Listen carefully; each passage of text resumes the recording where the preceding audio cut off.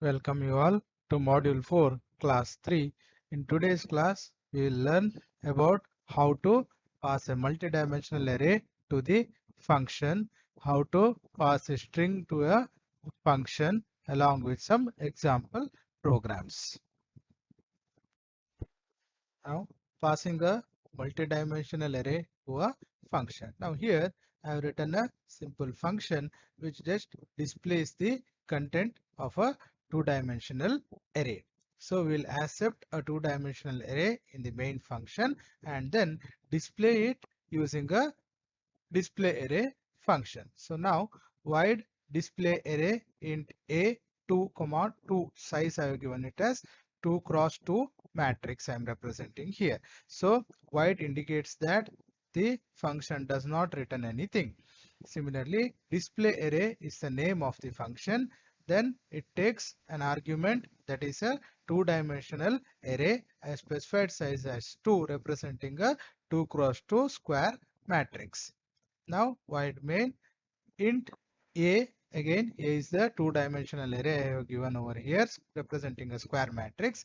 To accept the input from the user, then I have used I and j here initialized to integer, declare two integer variable I and j to store each and every element in the array. I and j are the index for the multidimensional array. Now printf enter 4 numbers for the array since it's a 2 cross 2 square matrix. Now for I equal to 0, I is less than 2, I plus I. Similarly for j equal to 0, j is less than 2 plus j. So now for loop of I is for the row, for loop of j is for the column. Now one example I have shown over here. That is, the user gives the input, let us say 1, 2, 3, 4. Now first for I equal to 0, I is less than 2. The condition is true because 0 is less than 2. So control will come inside the I for loop. Now j for loop is executed. For j equal to 0, j is less than 2. Since j is 0, 0 is less than 2, the condition is true. So the control will come inside the j for loop. So whatever user inputs will be stored in a of ij. A of ij is now a of 0, 0. For example, I have given here I is 0 and j is 0. The value I have given is 1. Next, j is incremented by 1. J becomes 1. 1 is less than 2. Condition is true. So control will again come inside the j for loop. Again scanf percentage t comma ampersand a of ij. So now a of 0, 1. Whatever value user inputs will be stored in the location a of 0, 1. For example, here we have taken value as 2. Now j is incremented by 1. So j becomes now 2. So 2 is less than 2, condition is false. So control will come outside the j for loop and it will go to the ith for loop. Now I is incremented by 1. I was 0, I becomes 1. Now 1 is less than 2. I is less than 2, condition is checked. 1 is less than 2, condition is true. So control will come inside the jth for loop.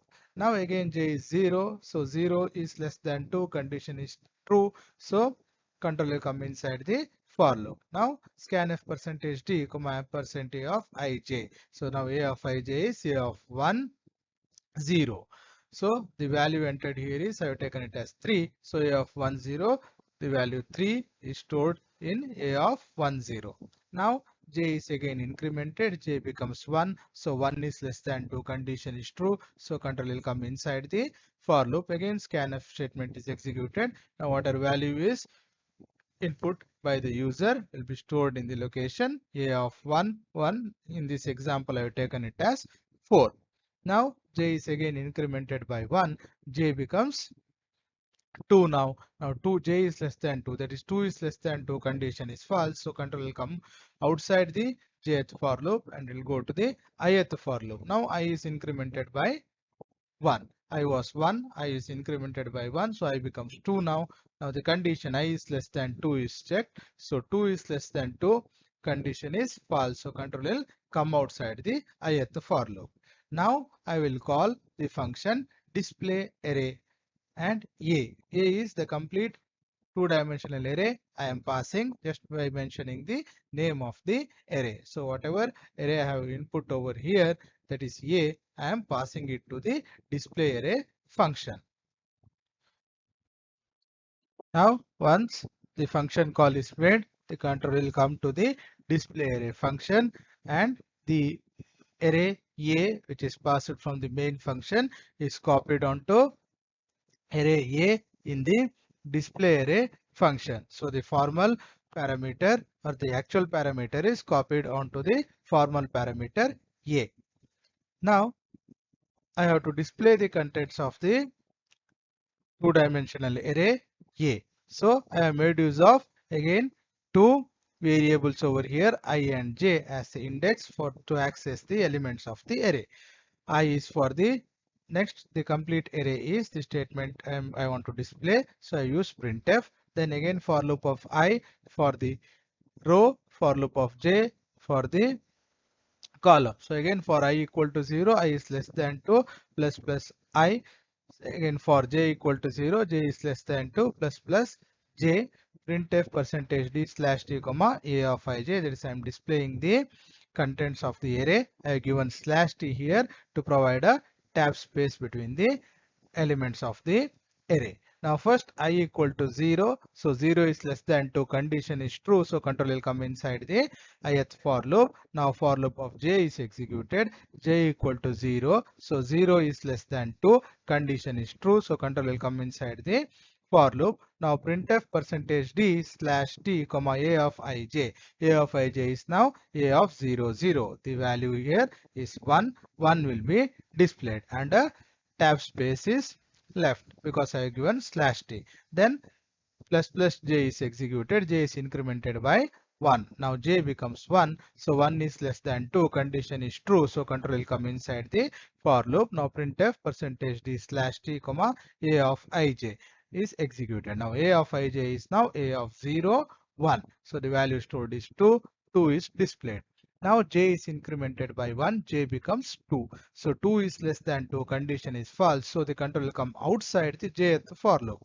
Now after the jth for loop, the printf statement I have given here, printf slash n. So printf slash n will be executed. Since one row is over, so I want the next row to be printed in the next line. That's why I have given printf slash n here. So printf slash n is executed and cursor move to the next line. Now again control will go back to the ith for loop. I is incremented by 1. I becomes 1 now. So 1 is less than 2. Condition is true. So control will come inside the ith for loop. Now j for loop is executed. So j equal to 0. So now j is less than 2. That is 0 is less than 2. Condition is true. So control will come inside the jth for loop. Now printf statement is executed. Now a of ij is now a of 1 0. So a of 1 0, that is first row, 1th row and 0th column. The value is 3. 3 is displayed. Then j is incremented by 1. J becomes now 1. So 1 is less than 2. Condition is true. So again printf statement is executed. Now a of ij becomes a of 1 1. The content stored is 4. So 4 is displayed. Now j is incremented by 1, j becomes 2. So 2 is less than 2, condition is false. So control will come outside the jth for loop. Again printf statement is executed, cursor moves to the next line. Now again control will move back to the ith for loop. I is incremented by 1, I was 1, I becomes 2 now. So 2 is less than 2, condition is false. So control will come outside the ith for loop, and the function execution ends here. Then the control will move back to the main function. After that, the program terminates. You can also pass strings to a function.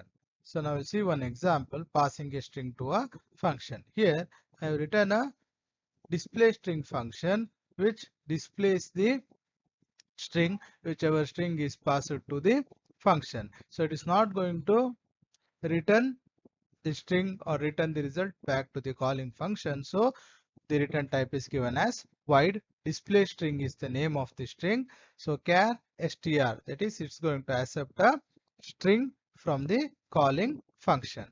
So now I have given int main here. So char str size I have given 50. That means 49 characters it can store, plus one termination symbol will be stored indicating the end of the string. So str is the name of the string. Now printf enter string. I have made use of getS function here. GetS_str will accept the string from the user. For example, I have given here hello as the input string. Now after accepting the string, display string function is called display string str. So the string str what is accepted from the user is passed to the display string function. Now the control will go to the display string function char str. Now whatever value is stored in string str is copied to str in the display string function. Now printf string output, and I have used puts function to display the string. Puts str is executed and the output displayed will be hello. Then the control will come back to the main function. After the call to display string, the next instruction is return 0. Once return 0 is executed, the program terminates. So next is laboratory program 10. Write functions to implement string operations such as compare, concat, and string length. So convince the parameter passing techniques. Now here we have already seen in module 3 how to compare two strings, how to concatenate two strings, how to find the length of the string without using the built-in function. So the same concept we are going to implement in this program by making use of the concept of functions. So now here char new str, it's a global variable declaration. I have declared a variable new str which is of a string, and width I have given it as 100. It's a global declaration. So the new str variable can be used in main function or any other function in the program. Next I have written the function string length function here to find the length of the string. So it is going to find the length of the string and return the length of the string back to the calling function. Since length of the string is nothing but the number of characters stored in the string, so it is an integer type. That's why return type I have mentioned it as int. Then string length is the name of the string. Then char str100 because it takes a input string. So that's why I mentioned char str100 over here to store the input string sent by the calling function.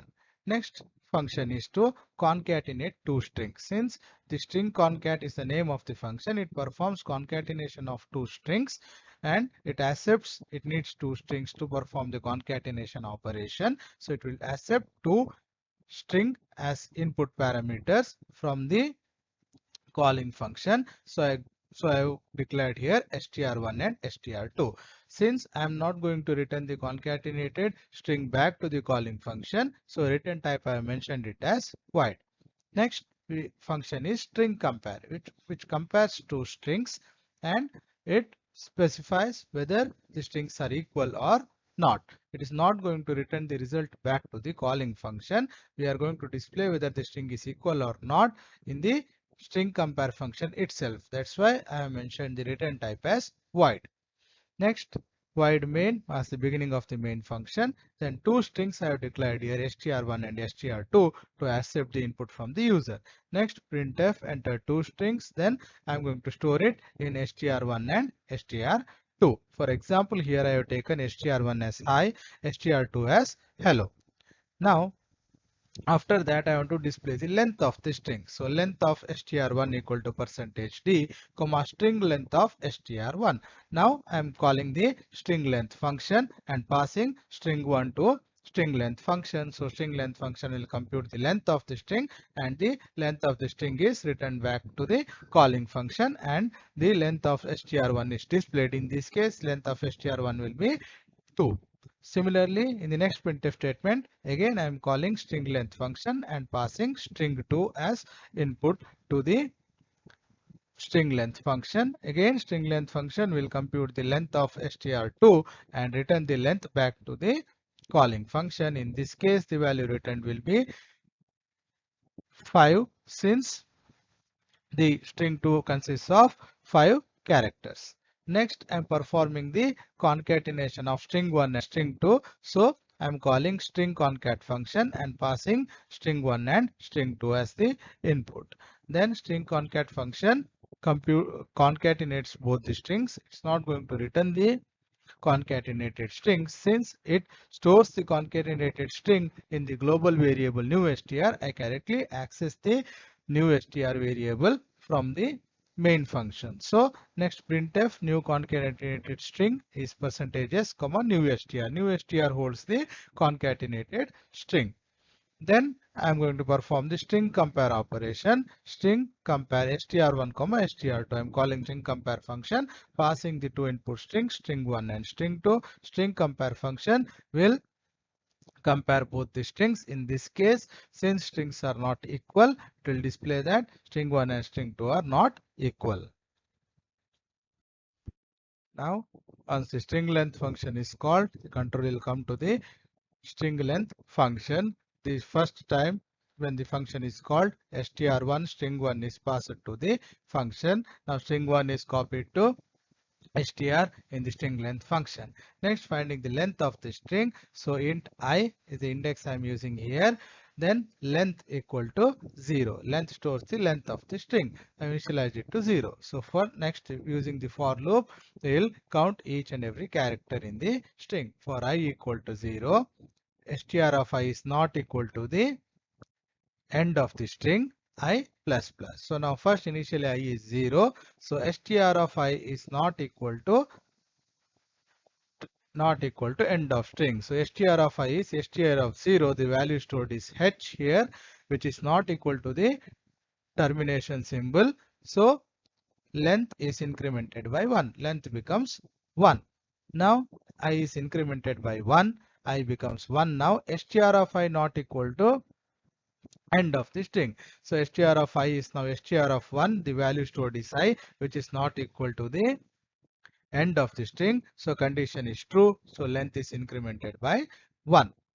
Next, again I is incremented by 1. Now I becomes 2. Str of 2 not equal to the termination symbol or the end of the string. So now str of 2, the value stored is end of the string. So that is why the condition becomes false and control will come outside the for loop. Next instruction is return length. So return length will return the value stored in length, which is 2. So now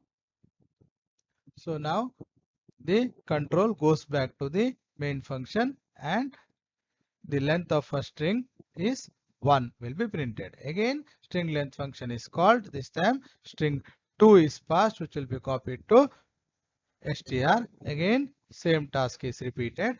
This time the return length will return the length of second string, which is in this example will be 4. So will be 5 and 5 will be returned back to the main function. Next, the string concat function is called and string 1 and string 2 are passed to the string concat function. So string 1 and string 2 are copied to str1 and str2 in the string concat function. Now int ij I am using here as index to access the each element of string 1 and string 2. So now for I equal to 0, j equal to 0, I have written the for loop over here. I equal to 0, j equal to 0, str1 of I is not equal to the termination symbol I plus plus j plus plus. So now first I am going to copy string 1 to string new str and then I will copy string 2 to new str and concatenate both the strings. So first now I is equal to 0.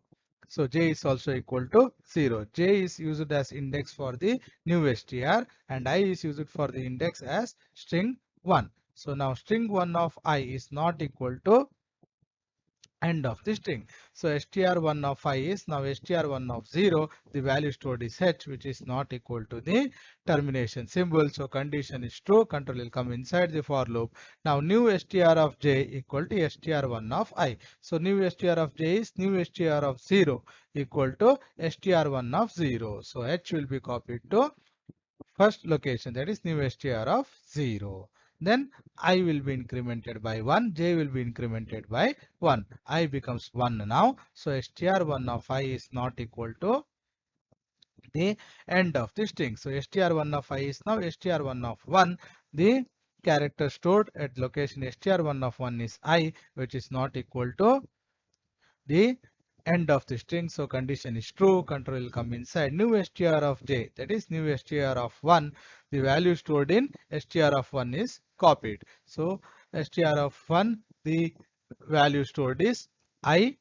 So that will be copied to new str of j.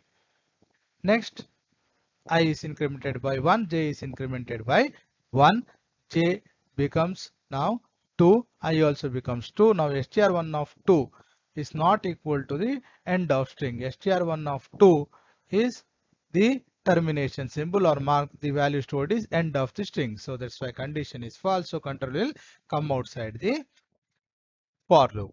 Now I have to copy the string 2 to new str string. So now again I equal to 0, str2 of I is not equal to the end of the string I plus plus j plus plus. So now j is already incremented, j is pointing at location 2. So from that location I will have to copy the string 2. So perform the concatenation. That's why I am taking again j index for the new str and I index for str2. Now I is 0, so str2 of I. So str2 of I is str2 of 0. The value stored is h, which is not the end of the string. So condition is true. Control will come inside. Now new str of j equal to str2 of I. So new str of j is new str of 2. The location equal to str2 of I. str2 of I, the value stored is h, will be copied to new str of 2.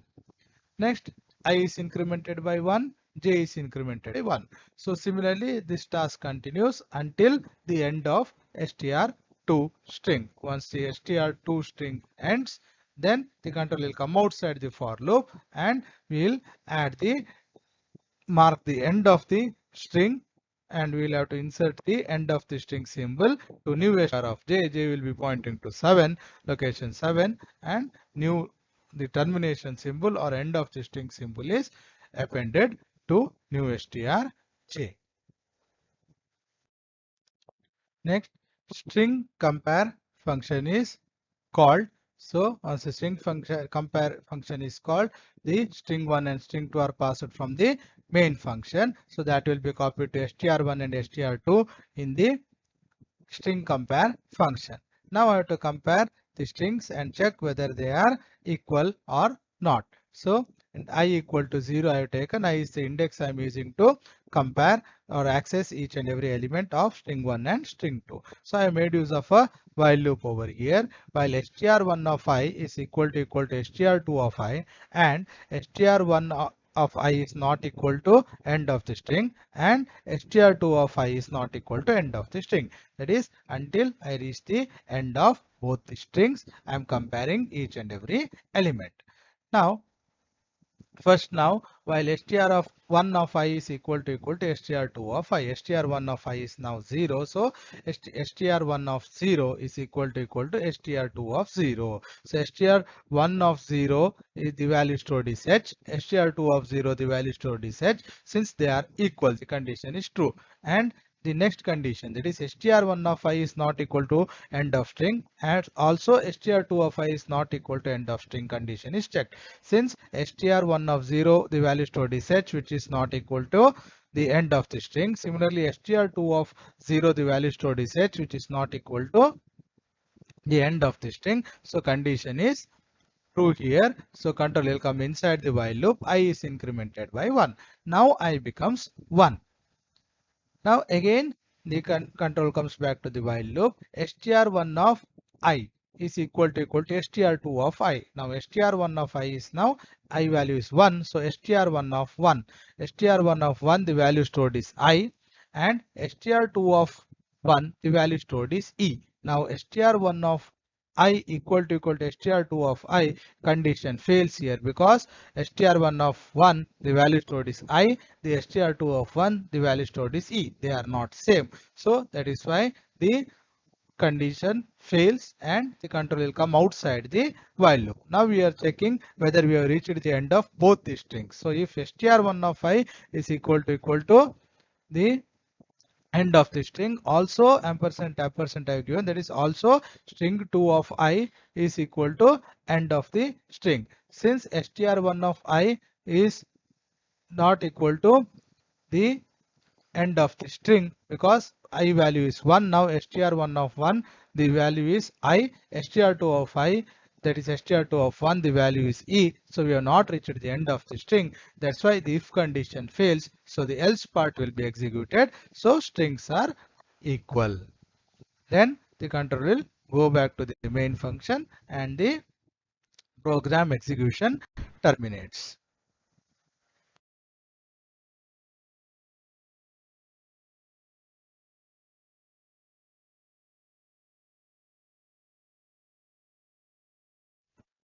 Now the nesting of functions is possible, that is we can call one function from the body of another function. So just to demonstrate the concept, I have written here a function which will find the sum of the two numbers. Now I have first function here I have written is void input display. So I have to input two numbers from the user, then display the result. So void input display function accepts the two numbers and then shows the result. But it does not return anything. It is not going to return the result back to the calling function. So I have mentioned the return type as void. Next I have written another function, that is int add int c comma int d. That is the add function adds the two numbers which are sent to it as the parameters, and it's going to return the result back to the calling function. That's why I mentioned return type as int. Now main function, so input display function, I'm just calling the input display function. Since the function does not take any argument, so I have just mentioned the name of the function, input display. Now control will come to the input display function. Now here int I comma j, there is two variables I have declared here to accept the two numbers from the user. Now enter two numbers, so scanf %d comma ampersand I comma ampersand j. For example I have taken here, for example the user enters two numbers as 3 and 2, so 3 and 2 will be stored in I and j. Next I'm going to make a call to the function, that is add. So sum equal to add of I comma j. Now here, since add I comma j returns the result back to the calling function, so I have made use of another variable sum here to make a call. So sum equal to add of I comma j. Once the add I comma j function call is made, the control will go to the add function. Now I and j, whatever values are there, will be copied to a and b in the add function. Then return a plus b. In this example I have taken I as 3, j as 2. So a will be 3, b will be 2. So addition of that a plus b will be 3 plus 2 5. So 5 is returned back to the calling function. So 5 will be stored in sum. Then printf sum is %d comma sum. So the output will be 5.